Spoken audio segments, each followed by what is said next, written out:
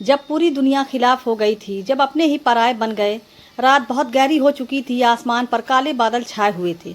हल्की हल्की बारिश हो रही थी और शहर के एक सुनसान कोने में एक युवक सड़क के किनारे बैठा रो रहा था। उसके कपड़े भीगे हुए थे, हाथ कांप रहे थे और आंखों से आंसू लगातार बह रहे थे। उसने आसमान की तरफ देखा और कांपती हुई आवाज़ में कहा, या अल्लाह, अगर तू भी मुझसे नाराज़ है तो अब मैं कहाँ जाऊँ। उसकी आवाज़ बारिश में खो गई, लेकिन उसका दर्द आसमान तक पहुँच चुका था। उसे लग रहा था कि पूरी दुनिया उसके खिलाफ हो चुकी है। उसके अपने लोग, उसके दोस्त, उसके रिश्तेदार सब उसे छोड़ चुके हैं और आज वह बिल्कुल अकेला था, इतना अकेला कि उसे अपनी सांसों की आवाज़ भी भारी लग रही थी। लेकिन उसे नहीं पता था कि उसी रात उसकी ज़िंदगी का सबसे बड़ा इम्तिहान शुरू होने वाला है और वही इम्तिहान उसे अल्लाह के सबसे करीब ले जाएगा। उस युवक का नाम अयान था। अयान एक साधारण लड़का था, दिल का बहुत साफ, माँ बाप की इज्जत करने वाला, नमाज पढ़ने वाला और लोगों की मदद करने वाला। मगर एक कमजोरी थी, वह लोगों पर बहुत जल्दी भरोसा कर लेता था। उसे लगता था कि हर इंसान उसके जैसा सच्चा है, लेकिन ज़िंदगी हर किसी को एक दिन हकीकत दिखाती है और अयान का वह दिन बहुत करीब था। अयान एक छोटी सी कंपनी में काम करता था। तनख्वाह ज़्यादा नहीं थी, लेकिन वह खुश था। उसकी बूढ़ी माँ उसके साथ रहती थी। बाप का इंतकाल कई साल पहले हो चुका था। माँ ही उसकी पूरी दुनिया थी। अयान दिन रात मेहनत करता था ताकि माँ को किसी चीज़ की कमी ना हो, लेकिन इंसान की ज़िंदगी हमेशा एक जैसी नहीं रहती। एक दिन कंपनी के मालिक ने उसे अपने कमरे में बुलाया। अयान मुस्कुराते हुए अंदर गया। उसे लगा शायद उसकी मेहनत देखकर तारीफ होगी, लेकिन अगले ही पल उसकी दुनिया हिल गई। मालिक ने गुस्से में कहा, अयान, कंपनी के पैसों की चोरी हुई है। अयान हैरान रह गया, लेकिन सर, मैंने कुछ नहीं किया। मालिक ने मेज पर हाथ मारा। सबूत तुम्हारे खिलाफ है। अयान के पैरों तले ज़मीन खिसक गई। उसने बार बार अपनी सफाई दी, लेकिन कोई सुनने को तैयार नहीं था। कुछ ही घंटों में पूरी कंपनी में खबर फैल गई। लोग फुसफुसाने लगे, कुछ लोग हंसने लगे, कुछ लोग उसे घूरने लगे। जिस इज्जत को बनाने में उसने सालों लगाए थे, वह कुछ मिनटों में मिट्टी में मिल गई। जब वह घर पहुंचा तो उसका चेहरा उतरा हुआ था। माँ ने पूछा, बेटा क्या हुआ? अयान माँ के सामने टूट गया। वह बच्चों की तरह रोने लगा। माँ ने उसके सिर पर हाथ रखा और सिर्फ इतना कहा, अगर तू सच्चा है तो अल्लाह तेरे साथ है। यह सुनकर अयान और ज़्यादा रो पड़ा, क्योंकि पूरी दुनिया उसे झूठ कह रही थी और सिर्फ उसकी माँ थी जो उस पर यकीन कर रही थी। अगले कुछ दिनों में हालात और ख़राब हो गए। मोहल्ले के लोग बातें करने लगे, रिश्तेदार फ़ोन उठाना बंद करने लगे, दोस्त दूर होने लगे। जो लोग कभी उसके साथ बैठते थे अब रास्ता बदल लेते थे। अयान सोचता, मैंने ऐसा क्या किया है, लेकिन जवाब किसी के पास नहीं था। एक रात वह मस्जिद गया। सब लोग जा चुके थे, मस्जिद लगभग खाली थी। वह एक कोने में बैठ गया और सजदे में गिर पड़ा। उसके आंसू जानमाज को भिगो रहे थे। वह बार बार कह रहा था, या अल्लाह, तू जानता है मैं बेगुनाह हूँ, मुझे बस में तेरी मदद चाहिए, बस तेरी। उस रात उसने बहुत रो कर दुआ की, इतना रोया कि आंखें सूज गई। लेकिन जब वह मस्जिद से बाहर निकला तो उसे ज़रा भी अंदाज़ा नहीं था कि अगला वार उससे भी ज़्यादा ख़तरनाक होगा। कुछ दिनों बाद पुलिस उसके घर पहुंच गई। मोहल्ले वाले तमाशा देखने लगे, सबकी निगाहें उसी पर थी। पुलिस उसे पूछताछ के लिए ले गई। माँ दरवाजे पर खड़ी रो रही थी। अयान बार बार पीछे मुड़कर माँ को देख रहा था। उसका दिल टूट रहा था, लेकिन वह कुछ नहीं कर सकता था। पूछताछ कई घंटों तक चली। हर सवाल उसके दिल पर चोट की तरह लग रहा था। वह सच बोल रहा था, लेकिन सच की कोई कीमत नहीं थी, कम से कम उस वक्त तो नहीं। जब वह बाहर निकला तो उसे लगा जैसे पूरी दुनिया अंधेरी हो चुकी है। दिन बीतते गए, पैसे ख़त्म होने लगे, नौकरी जा चुकी थी, रिश्तेदार दूर हो चुके थे, दोस्त गायब हो चुके थे और माँ की तबीयत भी ख़राब होने लगी थी। अयान रातों को जागता, सोचता रहता, कभी रोता, कभी छत को देखता, कभी दुआ करता, लेकिन हालात सुधरने के बजाय और बिगड़ते जा रहे थे। फिर एक दिन कुछ ऐसा हुआ जिसने उसकी बाकी बची उम्मीद भी तोड़ दी। वह अस्पताल पहुंचा। माँ की रिपोर्ट उसके हाथ में थी। डॉक्टर का चेहरा गंभीर था। अयान का दिल जोर जोर से धड़कने लगा। उसने कांपती आवाज़ में पूछा, डॉक्टर साहब, माँ ठीक तो हो जाएगी ना? डॉक्टर कुछ पल खामोश रहे, फिर धीरे से बोले, इलाज लंबा चलेगा और खर्चा भी बहुत ज़्यादा आएगा। यह सुनते ही अयान की आंखों के सामने अंधेरा छा गया। उसके पास तो घर चलाने के पैसे भी नहीं थे, इतना बड़ा इलाज वह कैसे कराएगा? उस रात वह फिर रोया, बहुत रोया, इतना कि आवाज़ भी बैठ गई। लेकिन इस बार उसके दिल में एक और सवाल था, एक ऐसा सवाल जो कई टूटे हुए दिल पूछते थे, या अल्लाह, जब मैं तेरा हूँ तो फिर मेरे साथ यह सब क्यों हो रहा है? कमरे में सन्नाटा था, लेकिन शायद आसमान उसकी बात सुन रहा था। उसे नहीं पता था कि उसके खिलाफ साजिश करने वाला इंसान अभी भी मौजूद घूम रहा है। उसे नहीं पता था कि जिसने उसकी ज़िंदगी बर्बाद की वह कोई अजनबी नहीं था, बल्कि कोई ऐसा था जिस पर अयान सबसे ज़्यादा भरोसा करता था। और जब यह सच सामने आएगा तो उसका दिल एक बार फिर टूट जाएगा।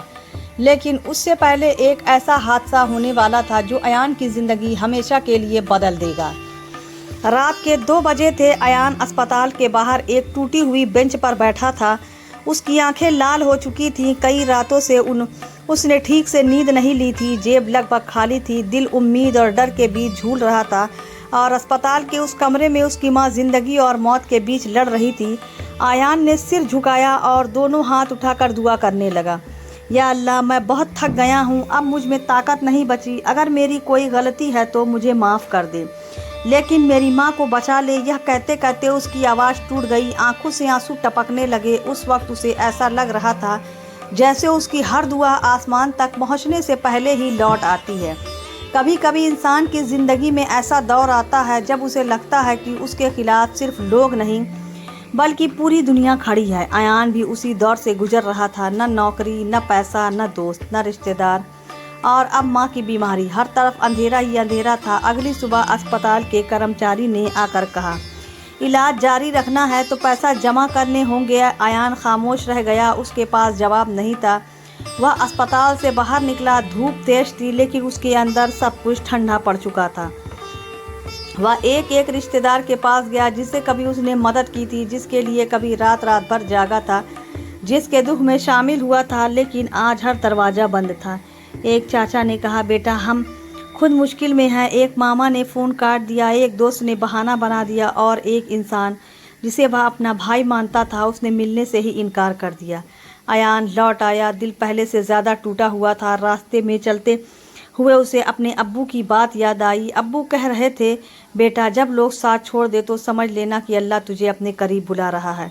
उस वक्त अयान को यह बात समझ नहीं आती थी, लेकिन आज उसे महसूस हो रहा था कि इंसान कितना कमज़ोर है और अल्लाह कितना बड़ा सहारा। शाम को वह माँ के पास बैठा था। माँ बहुत कमज़ोर हो चुकी थी। उन्होंने मुश्किल से आंखें खोली और मुस्कुराकर पूछा, बेटा परेशान हो? अयान की आंखें भर आई। वह झूठी मुस्कान बनाकर बोला, नहीं अम्मी, सब ठीक है।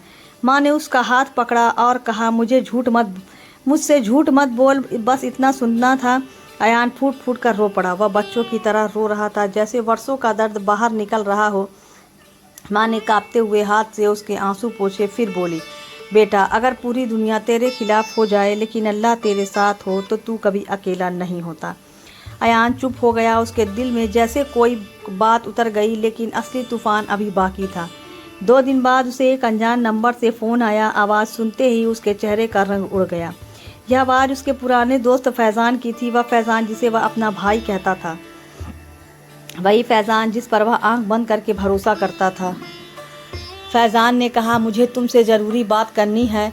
दोनों एक सुनसान जगह मिले। फैज़ान की आंखें झुकी हुई थी, चेहरे पर डर साफ दिखाई दे रहा था। कुछ देर तक वह खामोश रहा, फिर अचानक रोने लगा। अयान हैरान रह गया। उसने पूछा, क्या हुआ?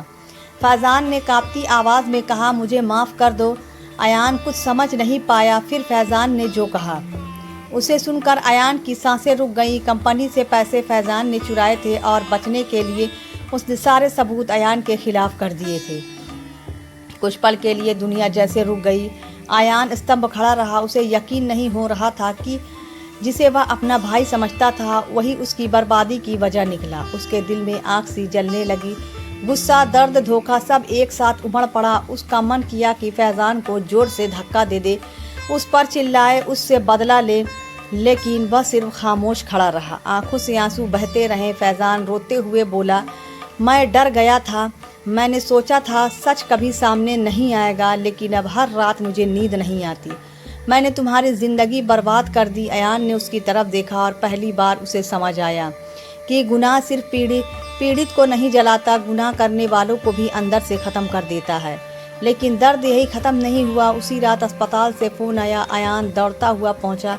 डॉक्टरों की टीम कमरे के बाहर खड़ी थी। दिल जोर जोर से धड़क रहा था, पैर कांप रहे थे। उसने डॉक्टर से पूछा, अम्मी ठीक है ना? डॉक्टर ने जवाब दिया, डॉक्टर ने जवाब नहीं दिया, बस नीचे देखने लगे।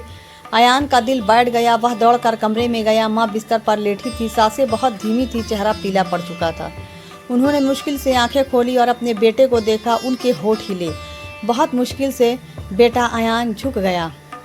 आंसू लगातार गिर रहे थे। माँ ने कहा, लोगों से उम्मीद मत रखना, उम्मीद सिर्फ अल्लाह से रखना, और कभी नमाज मत छोड़ना, चाहे ज़िंदगी कितनी ही कठिन क्यों ना हो जाए।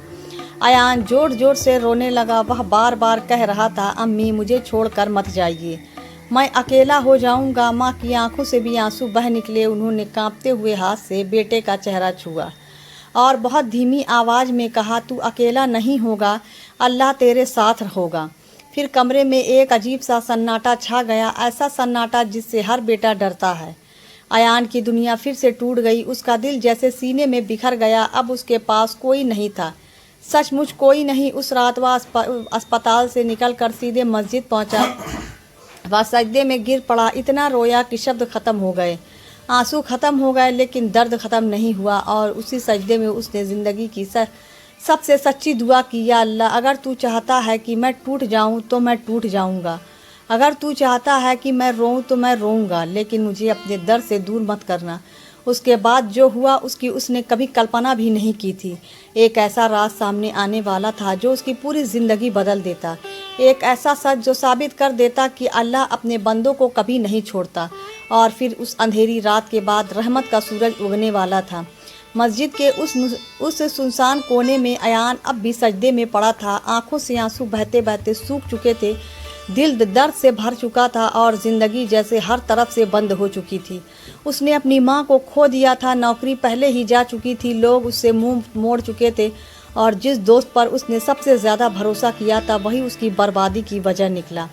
अब उसके पास बचा ही क्या था? कुछ भी नहीं, सिर्फ अल्लाह। और कभी कभी यही सिर्फ अल्लाह इंसान की सबसे बड़ी दौलत बन जाता है।